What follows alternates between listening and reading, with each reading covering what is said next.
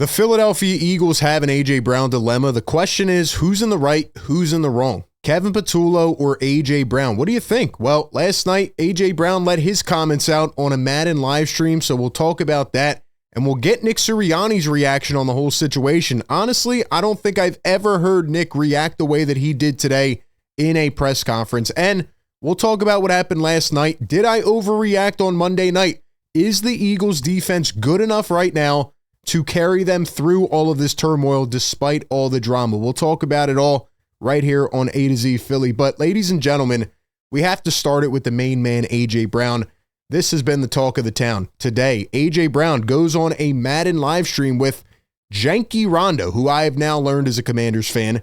Good kid, I guess, right? I mean, he's a Commanders fan. Don't know why you would go on that live stream. But nonetheless, go on a Madden live show. You're playing the game. Cool kid. You know, nice channel, nice platform. Respect to him. And then A.J. Brown starts it up. He is asked, is everything good? And he says, no. Where have you been? My family's good. Everything else, no. It is a crap show. I am struggling, brother. Then A.J. Brown is playing with the Eagles. He throws himself the ball in Madden and then says, let's show him some love. Good things happen when you get touches. Then after scoring a touchdown with himself, he says, this is the only positive I have. Then after the game is done, he shows his son who comes in the room his Madden stats and says, these are the only highlights of damn football that I am living right now. And last but not least, he says, if you have me on fantasy, get rid of me. So this has taken the nation by storm. The A.J. Brown talk is higher than ever. And I want to start this from the Kevin Patullo angle because on Monday night, I got a lot of comments, messages. People said, you are overreacting. You don't know what you're talking about. You've never played the game, blah, blah, blah, blah, blah, blah. And I can take it. I respect it. But look, I don't think I was overreacting about the offense. Everybody was all rah, rah. This is a 1985 football game. You don't like football. If you didn't like this game, a defensive prowess. And I said in my post game that the Packers defense is really good. I called them a playoff caliber defense, which is why I wanted to see the Eagles go and put up 25, 30 points to show me that they can do this come playoff time. The defense was absolutely tremendous. Like I said, I gave game balls to pretty much everybody. They were spectacular. And we're going to talk about the defense later on. But I think the offense is in some serious turmoil right now. And I just can't add it up in my brain. You know, I went on a walk earlier today and I was working out. And I'm thinking to myself, man, why can't the Eagles just throw A.J. Brown the ball more? I mean, think about all the other great receivers in the league. They get 5, 10, 12 catches a game, at least 5, 10, 12 targets. Why can't they just throw A.J. Brown the ball? So when it comes to Kevin Patullo, I've already said my spiel on him. I don't think he should be the coordinator right now. I don't think he's experienced enough or knows what he's doing. There have been high moments, but after a couple really good weeks, he went away from what worked. And I'm really mad at Kevin Patullo. And these games should not be this hard. I mean, if you had asked me at week 11, which unit I feel confident more in right now at the beginning of the season, I'd say offense by a mile. I mean, the defense looks really good. The offense, having all the same pieces pretty much coming back, having that continuity, coming off a record season, can't even put up more than 10 points. I mean, I'm confused on that. And A.J. Brown is really mad. So Kevin Patullo has to scheme ways to get this guy open. But on the flip side, I do want to reciprocate to A.J. Brown, which I've said, you know, back in like week 4, 5, 6. You have to stop this, man. And I agree 1,000% with A.J. Like at this point, it's ridiculous. 2 targets in a game is ludicrous for a top 3 receiver in the NFL. But you never hear Smitty say a word, right? He got the big touchdown. He has been your number 2 pretty much the entire time other than his rookie year. He has not said a peep. And it goes back to these players, their agendas, their individual motives, right? Obviously, they want to win. They've won a Super Bowl. They weren't even that excited after winning. And that tells me they want to chase the personal accolades as well. You know, that's how they get paid. That's how they make the Hall of Fame. They want the numbers. And if they don't resolve this situation, AJ will not be here next year. It's going to get ugly if they don't fix this. And my thing about AJ is you got to take the betterment of the team into consideration here. Like, AJ, you got to shut up just once or twice, man. I agree. I wholeheartedly agree with you. But this is not the way to do it, man. Call up KP, invite him over for dinner. Bring Jalen over for dinner. You can't keep doing this, man. First, it was the press conferences. Then it was the body language. Then it was the arguments. Then it was the tweets. Now you're on a stream saying, oh, everything's all doom and gloom. The team is 7-2. So again, it's trying to find that balance of, you should be happy. You should at least preface all these comments by saying the team is what matters most. We're 7-2. I'm happy with that. But it's sounding like you just care about your own stats, and it's just becoming a me thing. So I agree. And next week, they should give AJ the ball 15 times. Simple as that. But who knows if they will.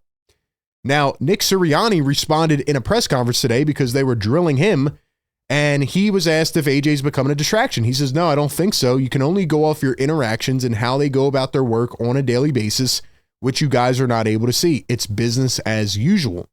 Then he was asked again about AJ Brown, and he says, guys, I'm close to being done answering these questions about this.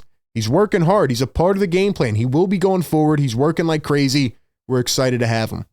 And then he almost got into like a verbal altercation with a reporter, and they kept grilling him about AJ and if he's good physically and his role. And he's like, what is this, a debate? Is this a debate you're trying to have with me? I've never seen Nick get snippy like that, but he's got to be pissed off too. I mean, he's coaching this team to a 7-2 start, and they're asking him all week about this, and they probably will, rather than being focused on a great matchup like Eagles and Lions. And it really is just frustrating, and that's what I'm saying. The more this happens, the more you stir the pot, it's going to get back to other guys in the locker room, and this is how you can destroy a great run, great chemistry. And once you destroy it, it's really hard to get it back. So they need to figure this out internally, and I mean, they just have to find the right balance, Nick Sirianni was also asked about the 4th and 6 deep ball at the end of the game, which I still don't think made a lot of sense. And he said, I knew exactly what play we were calling and what went into it. They then asked him another question. He said the same answer, and that's when he started to get mad again. And I think Nick is starting to get a little insecure, like, yo, even though I'm the CEO of this team, I still run it. I still coach it. There were rumors that Jalen kind of had an audible at the line of scrimmage or, changed something up. He said, no, that's my play, and if it would have worked, then it would have been great. And if not, it's on me. That's my job. So Nick is starting to get a little irritated, and I don't blame him. What do you make of the A.J. Brown situation? I think they have to figure it out, and they have to figure it out now because this just keeps being a recurring thing every single week. Now, lost in the A.J. Brown stuff last night was a very shocking piece of news. And late at night, the Eagles announced that Jaire Alexander will be stepping away from the game of football to focus on his health physically and mentally. All I can say from the human side is just really sad. This guy was a Pro Bowler, all pro. And just a few days ago, he was in that locker room saying, yeah, I feel good physically and, I'm at my best spot and I think I'm going to make an impact. Now, again, he probably was not telling the whole truth, but once they announced that he wasn't traveling with the team, then you started to wonder, like, where is this guy really at? And I go back to the trade from the football side. I mean, the Eagles gave up a 6th-round pick this year, got a 7th back next year, but they still moved back in the draft to get him. So if you knew that you weren't really right, maybe the Eagles didn't do their due diligence. I don't know what it is. It's just a really sad story for a guy that was once playing at a really high level. And obviously the Eagles could use him. I thought Adoree Jackson played really well, but now they announced that Jacorian Bennett has been activated from the reserve list and Jaire Alexander placed on the retired list for now. So Jacorian Bennett back. Does he get to start? Probably not this week. I think they'll ease him back into it, but we still don't really know what we have from Jacorian Bennett. But speaking of the defense, man, I feel like Monday night was just so predicated on the offense. And did I overreact? Like I said, I don't think so, but I should have given more credit to other defensive players than Jalen Phillips. I was just so on a high about Jalen Phillips and that being his debut, but there were so many big plays in that game. Jalen Hunt, in his last 3 games, has a pick 6 with 5 pressures against Minnesota, 1 sack with 7 pressures against New York, and a sack versus the Green Bay Packers. Jalen Hunt is continuing to break out. Barely saw him last year. He was fresh in the playoffs. He was fantastic. And this is what you drafted him in the 3rd round for. Jalen Hunt is starting to break out again. And if he does, this D-line is going to be dangerous. Also, Moro Ajomo, ranking among all defensive tackles, he's 2nd in hurries. He's 2nd in pressure rate, 6th in pressures, 7th in win percentage. He's also having a breakout season. And He snuffed out that last run play on a 4th down from Green Bay. Josh Jacobs admitted it. That is some high-level stuff. IQ from Moro Ajomo. You want to talk about another steal from Howie Roseman. No, he wasn't an Alabama player, but you get this guy from Texas in the 7th round. He has been phenomenal, man.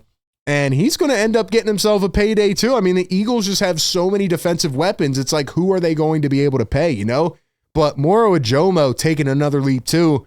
Jordan Davis and Jalen Carter. I mean, this defensive line is making me feel better than ever about this defense. And weeks ago, we thought they might actually be the weakness. But based on all the offensive drama right now, I think this defense can still carry them where they need to go and keep them in a good spot until the offense gets clicking. And if the offense does get clicking, boy, watch out. This team can be dangerous.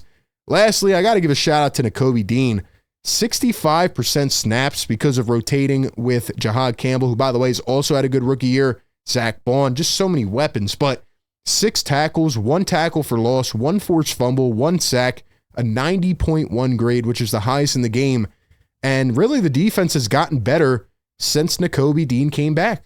He has made a huge impact. They're experimenting with Jahad Campbell in different ways. And again, I think it just goes back to the point of having defensive pieces that you can move all around the chessboard, that are versatile, that can do different things. And I think Vic Fangio is the mastermind of it all. So I feel so confident in this defense right now. And I know they're 14th in the league right now, which is not that good at all. But when you look at the last couple games and the momentum and the pieces they've added, Jalen Phillips and the others, and you get guys healthy, I mean, I think they're coming together at the right time. They don't allow a lot of touchdowns, especially in the air, and they really tighten up when they get to the red zone. So I think they can still be special this year, but the offense has to get it together. Give me your thoughts down below. What do you think? As always, appreciate everybody for tapping in. Be sure to like, comment, and subscribe. That being said, I will catch you on the next one.